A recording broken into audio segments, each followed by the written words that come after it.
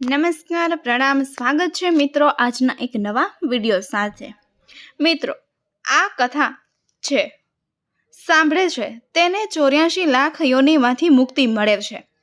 એક વખત એની વાત છે, યશોદા મૈયા પ્રભુ શ્રી કૃષ્ણની ફરિયાદથી કંટાળી ગયા અને તે શ્રી કૃષ્ણની પાછળ લાકડી લઈને તેની તરફ દોડ્યા।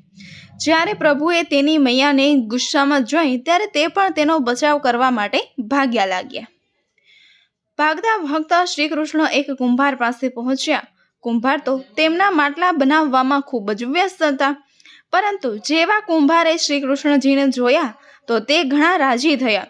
કુંભાર જાણતા હતા કે શ્રી કૃષ્ણ ભગવાન એ સાક્ષાત પરમેશ્વર છે। ત્યારે પ્રભુએ કુંભારને કહ્યું કે કુંભારજી, આજે મારી મૈયા મારા ઉપર ઘણી ગુસ્સે છે। મૈયા લાકડી લઈને મારી પાસે આવી રહી છે। ભાઈ, મને ક્યાંક છુપાવી દો। ત્યારે કુંભારી તેની શ્રી કૃષ્ણની એક મોટા મટકાની અંદર છુપાવી દીધા। થોડી ક્ષણોમાં મૈયા યશોદા પણ ત્યાં આવી ગઈ અને કુંભારને પૂછવા લાગે, શું કુંભાર, તમે મારા કનૈયાને ક્યાંય જોયો છે? કુંભારે કહી દીધું, નહીં મૈયા, મેં કનૈયાને નથી જોયો। શ્રી કૃષ્ણને બધી વાતો મોટા એવા મટકાની અંદર છુપાઈને તે આ બધી જ વાતો સાંભળી રહ્યા હતા। ત્યાંથી ચાલીને ગઈ। હવે પ્રભુ શ્રી કૃષ્ણ કુંભારને કહે છે, કુંભારજી, જો મૈયા જતી રહી હોય તો મને મટકામાંથી બહાર કાઢો। તો કુંભાર બોલ્યા, એવી રીતે નહીં પ્રભુજી, પહેલાં મને 84 લાખ યોનિમાંના બંધનમાંથી મુક્ત કરવાનું વચન આપો। મિત્રો, ભગવાન હશે અને કહ્યું, ઠીક છે, હું તમને 84 લાખ યોનિઓના બંધનમાંથી મુક્ત કરવાનું વચન આપું છું। કુંભાર કહેવા લાગ્યા, મને એકલાને નહીં પ્રભુજી, મારા કુટુંબવાળા તમામ લોકો અને તમામ સભ્યોને પણ 84 લાખ યોનિઓના બંધનમાંથી મુક્ત કરવાનું પહેલાં મને વચન આપો, તો હું તમને મટકામાંથી બહાર કાઢું। ત્યારે પ્રભુજી કહે છે, ચાલો ઠીક છે, તેને પણ 84 લાખ યોનિઓના બંધનમાંથી મુક્ત થવાનું વચન આપો છો। હવે તો મને મટકામાંથી બહાર કાઢો। હવે કુંભાર કહે છે, બસ પ્રભુજી, હવે એક જ વિનંતી બીજી છે, તે પણ પૂરી કરવાનું વચન આપી દો, તો હું તમને આ મટકામાંથી બહાર કાઢીશ। ભગવાન બોલે એ તો પણ જવાબ દઈ દીધો। શું કહેવા માગે છે કુંભાર? કહેવા લાગ્યા, પ્રભુજી, જે ગળાની જે તમે છુપાયો છો તેની માટે મારા બળદ ઉપર લાદીને લાવવામાં આવી છે। મારા આ બળદને પણ 84 લાખ યોનિઓના બંધનમાંથી તમે મુક્ત કરવાનું વચન આપો। ભગવાન કુંભારના પ્રેમ ઉપર પ્રસન્ન થઈને તે બળદને પણ 84 લાખ યોનિઓના બંધનમાંથી મુક્ત થવાનું વચન આપ્યું। પ્રભુ બોલ્યા, હવે તો તમારી તમામ ઈચ્છા પૂરી થઈ ગઈ, હવે તો મને મટકામાંથી બહાર કાઢો।